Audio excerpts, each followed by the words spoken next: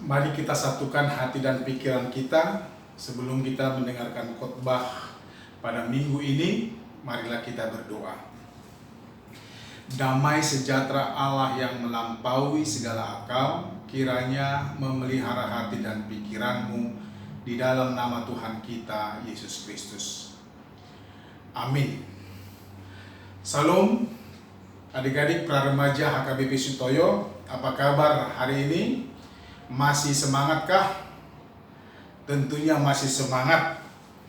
Nah, di samping kita sambil menunggu dan menanti berkat Tuhan melalui karya dan campur tangannya untuk membantu setiap pemerintah yang ada di dunia ini dan juga pemerintah kita Indonesia untuk melepaskan diri dari cengkraman COVID-19.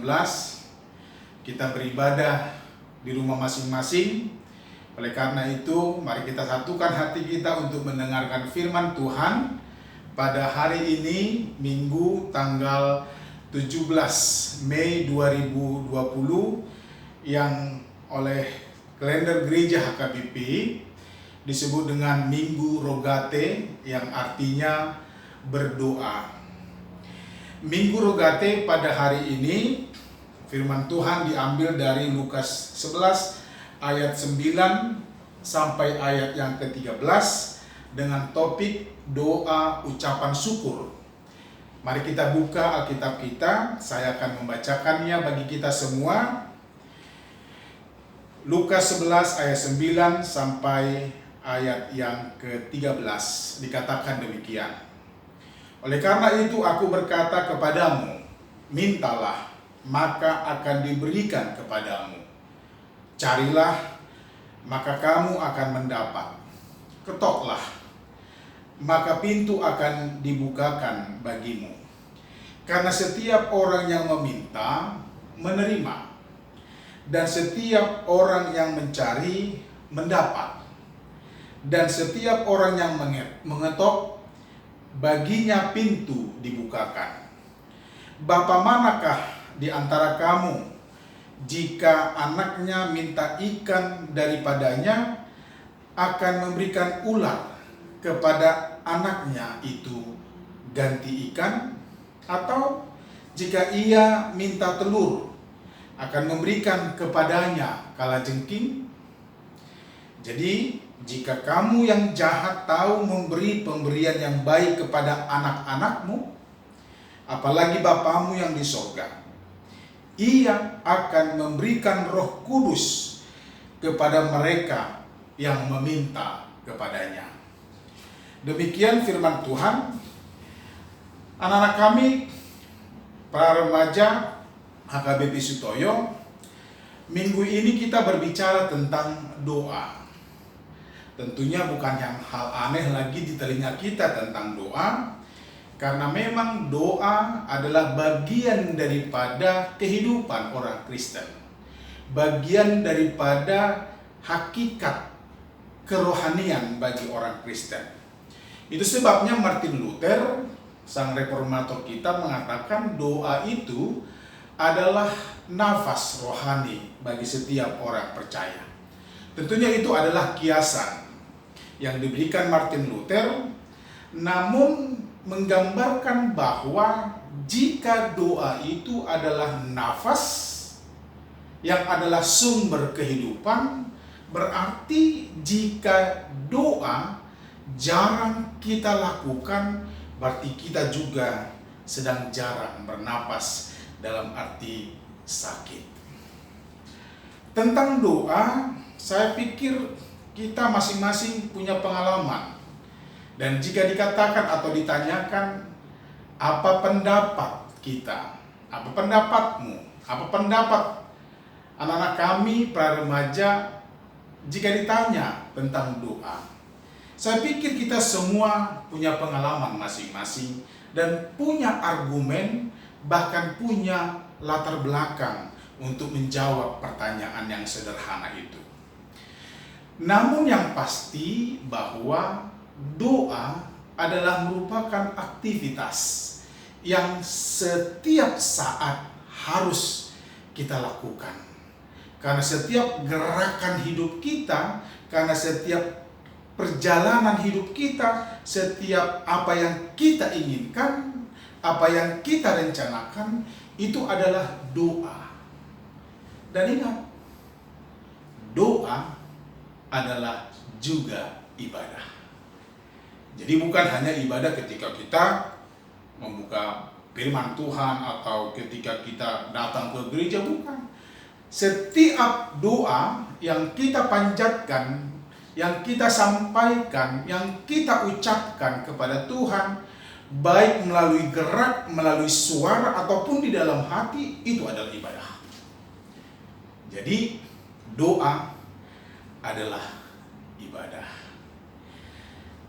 Yang berikutnya, anak-anak pra-remaja, ada hal yang memang perlu kita ketahui, karena sering sekali kita memahami doa itu sepertinya sebagai suatu yang membuat kita merasa yakin dan tidak yakin.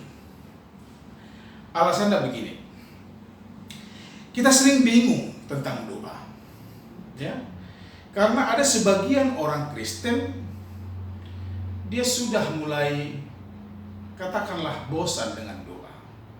Bahkan mungkin di antara kita sudah mengalami seperti itu. Karena apa? Ketika ditanya, kenapa kamu tidak berdoa? Sudahlah, saya sudah berdoa kok, tapi ya begini-begini aja, tidak diberi. Saya minta kepada Tuhan supaya saya diberi kesehatan, tapi toh juga sakit-sakit. Saya minta kepada Tuhan supaya Dia memberikan kepintaran, toh juga saya tidak pintar dan tidak juara. Ya sudahlah. Dan ada lagi orang mengatakan, udahlah, yang penting berdoa. Masalah diberi atau tidak atau bagaimanapun, ya itu terserah Tuhan lah. Saudara-saudara, anak-anak kami, memang doa adalah permohonan. Itu benar, tepat sekali. Akan tetapi, ingat, doa bukanlah seperti mantra. Bukanlah seperti ada kadabra atau simsalabim, sehingga ketika kita membuat doa, semuanya akan selesai. Tunggu dulu. Doa adalah ibadah. Doa adalah komunikasi. Saya atau Amang Pendeta akan memberikan pengertian kita dalam doa yang adalah komunikasi. Doa adalah komunikasi dengan Tuhan Allah. Kalau kita bicara tentang komunikasi, dari kata komunikasi, saya pikir ada hubungannya dengan kata komunion atau komuni. Dari situ yang adalah artinya persekutuan. Komunion, persekutuan. Persekutuan berarti doa adalah persekutuan dengan Allah. Doa juga adalah persahabatan dengan Allah. Tentu ini bisa kita mengerti karena ketika kita sedang berdoa, berarti kita sedang bersekutu dengan Allah. Ketika kita sedang berdoa, berarti kita sedang bersahabat, menjalin persahabatan dengan Tuhan. Ketika kita berdoa, saat kita berdoa, kita sedang berinteraksi, berkomunikasi dengan Tuhan, berbincang-bincang dengan Tuhan. Interaksi atau persekutuan dalam komunikasi yang saling mengenal, yang sudah mengenal dan sudah dekat, berbincang-bincang intim, yang di dalamnya ada harapan dan keinginan yang dipenuhi. Saya sebagai pendoa atau yang berdoa kepada Allah sudah mengenal Allah. dan di dalamnya berkeinginan agar apa yang menjadi permohonan saya dalam doa diberikan oleh Tuhan. Karena alamat saya dalam doa adalah Tuhan. Dan Tuhan juga demikian. Ingat, jangan hanya kita dikenal Tuhan, atau jangan maunya kita, Tuhan yang mengenal saya, atau saya mengenal Tuhan. Bukan begitu. Tapi ingat, ada hubungan timbal balik. Ketika kita berdoa, kita menganggap bahwa kita sudah mengenal Allah yang sebenarnya. Dan Allah juga ingat, sudah mengenal kita. Mengetahui eksistensi, keseluruhan kehidupan kita. Apapun yang kita ucapkan, bahkan yang belum kita ucapkan pun dalam doa, Tuhan sudah tahu. Oleh karena itu, yang terutama dalam doa kita harus membangun komunikasi. Ketika Tuhan mendengar doamu, Tuhan tahu dan sangat mengenal engkau.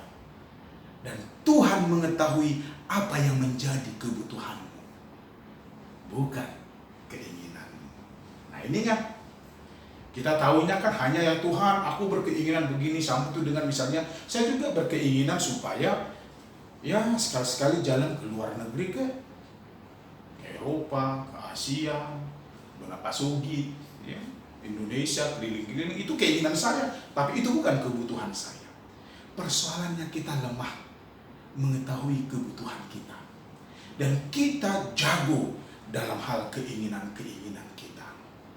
Tapi mata Tuhan, telinga Tuhan, pikiran Tuhan tertuju kepada apa yang menjadi kebutuhan kita.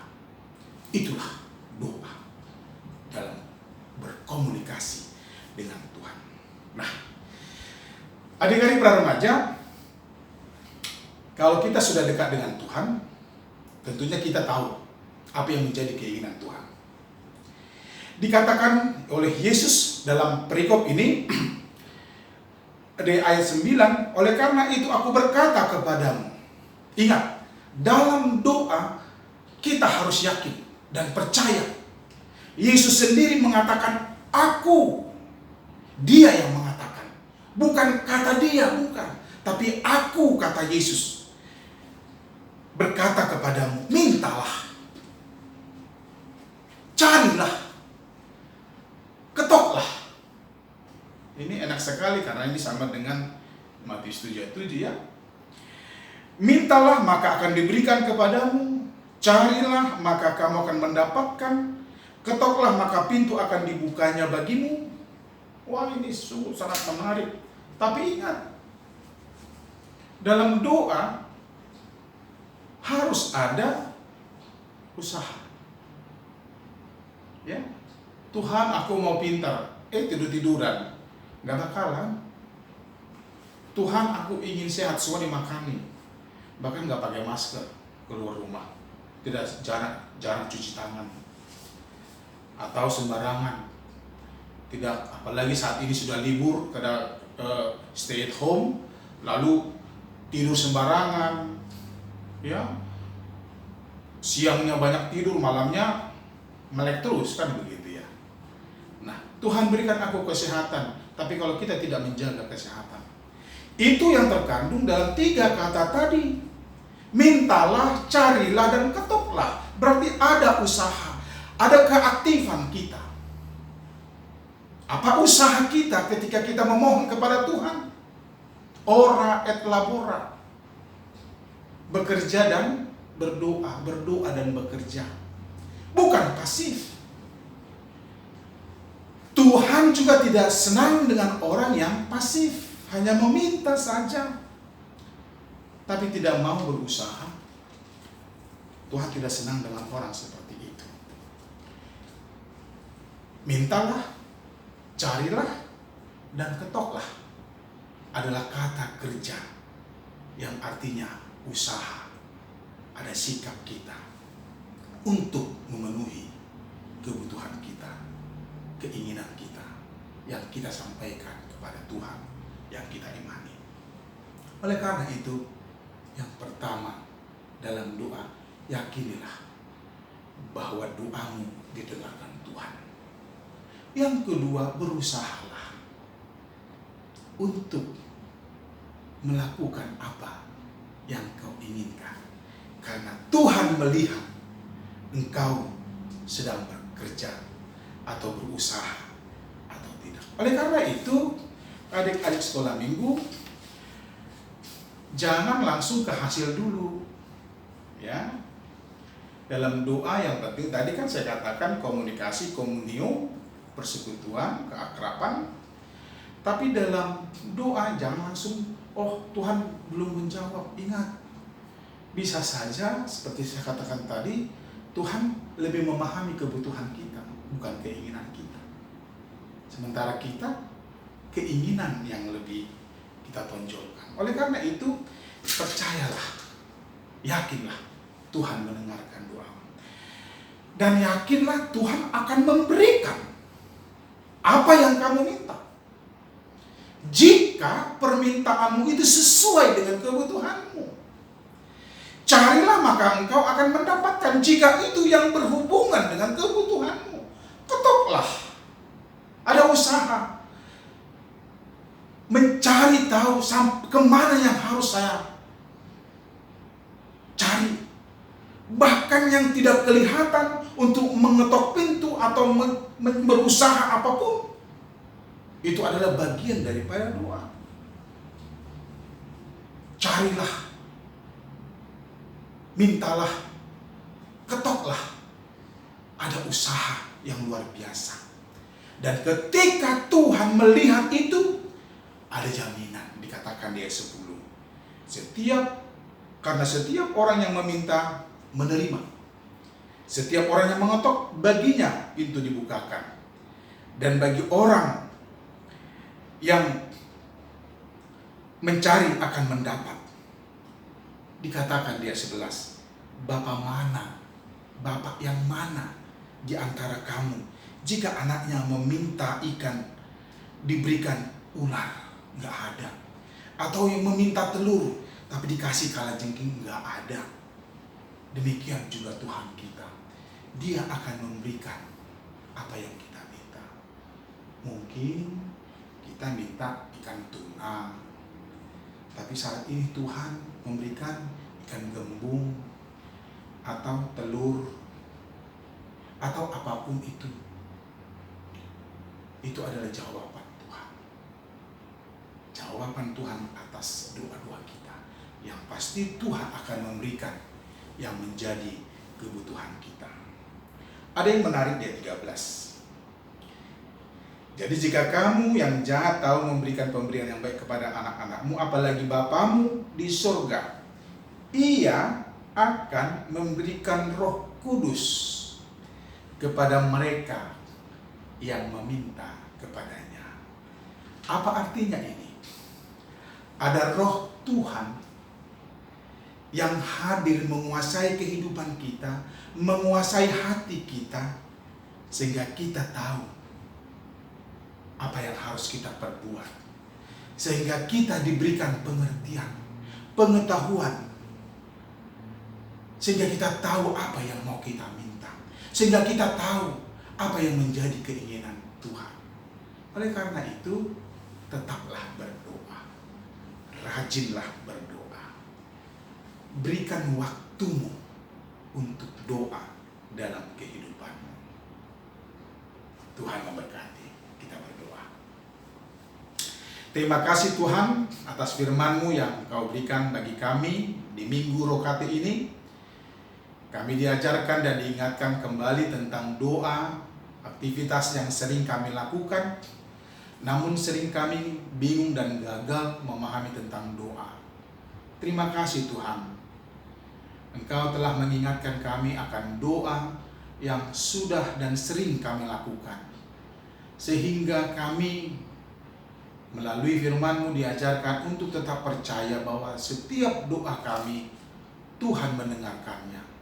Dan Engkau akan memberikan apa yang menjadi kebutuhan kami, bukan keinginan kami.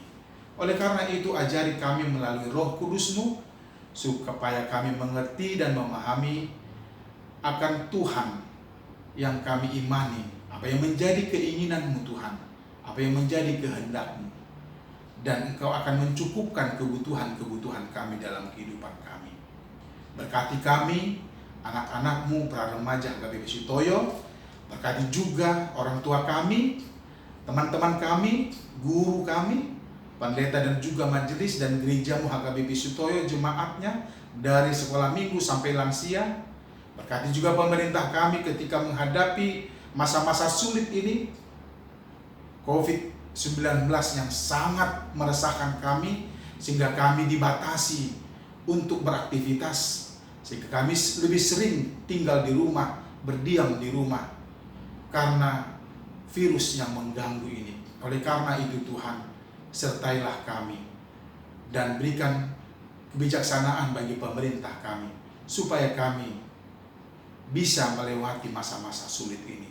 Setiap orang yang berusaha, yang menjadi garda terdepan untuk menolong orang yang sakit, Tuhan Engkau memberikan kesehatan yang prima. Engkau juga memberikan semangat bagi mereka. Terima kasih Tuhan. Kami percaya karena setiap doa-doa orang yang percaya saat ini memohon agar corona bisa hilang dari bumi ini. Terima kasih Tuhan, mukjizat-Mu pasti nyata dan tidak ada yang mustahil bagi-Mu. Berkaryalah Tuhan, kami akan menunggu dan menanti karya Tuhan yang luar biasa. Inilah doa kami dalam nama Yesus. Amin.